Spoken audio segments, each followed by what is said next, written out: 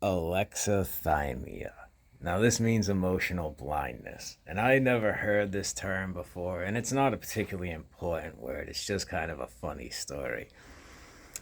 I am reading a book where this term is brought up, and the guy gives the example that a normal reaction to a question like, how would you feel if a truck was speeding at you, is, I would be terrified. I read this and I'm like, I'd get out the damn way.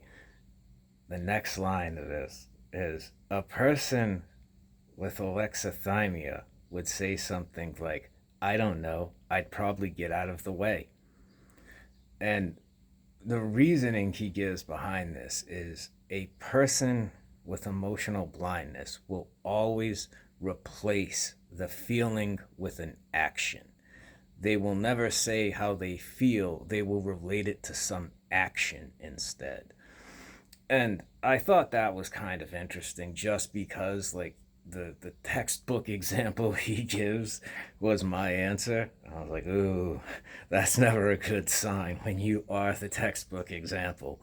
But like, all it means is you don't recognize certain emotions very well, which, like, I recognize stuff in other people. It's just I don't deal with it well within myself, or I have no capacity for it. It's something that, like, throughout my life experience was either dangerous, a hindrance, or it was discouraged, by everyone I was around.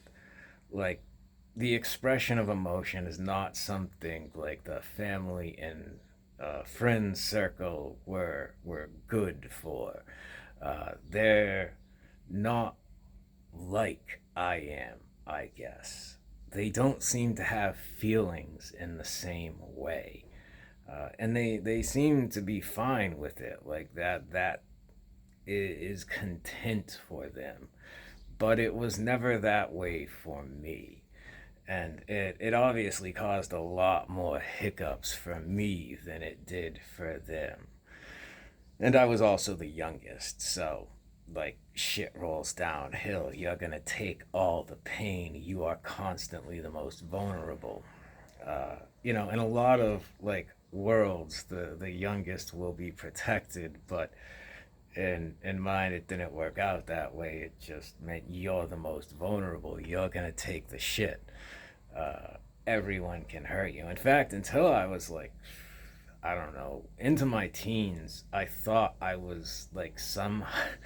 Don't ask me how this makes sense, but I thought I was some kind of hybrid human where I was like not part dog, but like my value was the same as a dog. I remember the moment I realized I was a human.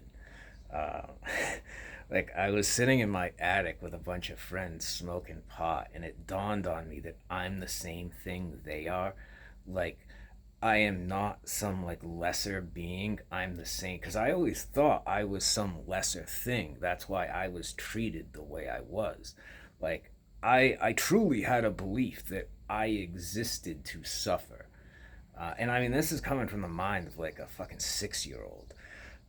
So it really isn't something that age should be mulling around. But it's fascinating, and to do anything about it, I have to essentially dismantle a lot of those what have become ingrained impulses. Uh, like, I I have no handles for it when someone says, like, you don't have emotions. Um, I don't know what to make of that. Like, in what way? I can laugh at stuff. I feel sad.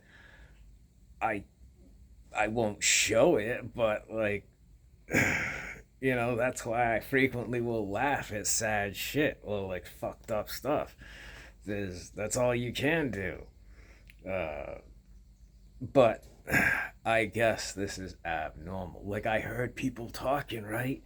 And they were this dude was talking, and he was like, and he's like a normal guy, and he was like, I cry a couple times a year. I was like, couple times a year, a couple times a lifetime, maybe. Like, but, and I mean, usually I had to be on heroin for even that to happen. Like, I I don't know. I just can't put any handles on that. And I'm trying to work with this, find some way of expressing emotion. And I have an answer I'm working with right now. In the world I grew up in, like power fantasies were not allowed. Like saying you hate someone or something like that, if something like that is said, the immediate response is going to be either do it or you're a bitch. So unless you're going to do something about it, you don't want to bring anything up because anything you say, it's going to be like, well, do it then. And the implication being if you don't do it, you're weak and will be looked down upon. So, like, you never want to say anything like that because unless you plan to immediately do something about it. So, like, any kind of like negative emotions or things like that always had to be like held. And as I got older and older and into my 20s and started to become violent, like that was the inspiration for it. I would often think about stuff like that. And, it angers up my fists. Like, it's weird. It's like images that flash in my mind, as I'm raining down blows upon him.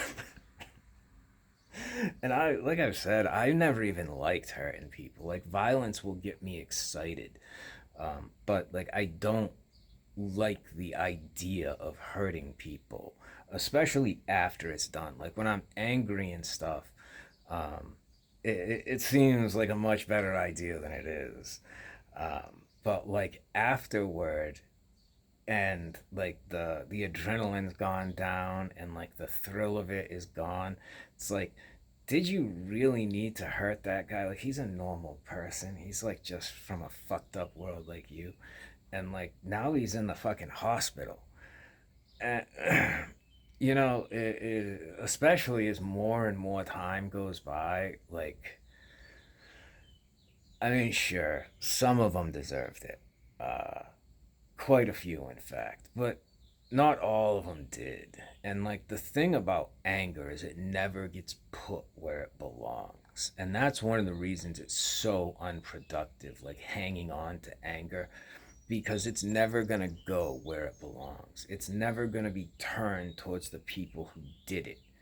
It's always going to be misapplied. It's always going to be put on someone that had nothing to do with it. And like, unless it's someone like trying to rob me or something like that. But usually that's not the case. Usually it is a misunderstanding. Um, I have misunderstood what is happening, and I think this person is trying to insult me or hurt me or belittle me in some way. And like I had an incident a couple weeks ago with I think they were like teenagers. They looked to be about 14 to me. But they might have said something and I wasn't sure. And like as I'm passing these kids, I see one of their heads is like gonna pass right by a pole and like stove his fucking head into the pole. Uh and I'm like, dude, they're fucking kids, man. And like granted they probably deserve to get hit, in my eyes. A 14-year-old male is old enough. If you're going to run your mouth, you should be able to fight. But that is not how the American government sees things. And assaulting a group of 14-year-olds and just beating the shit out of them, is going to be looked down upon by the police. And it's probably going to result in some kind of child endangerment type charges that are going to look bad when you're going on the inside. But like in my mind, this is a perfectly acceptable thing to do. But I know in the world it's not. Like in America at least. Other parts of the world are more reasonable about these things. Nevertheless, like even before, I would never even speak about something like that.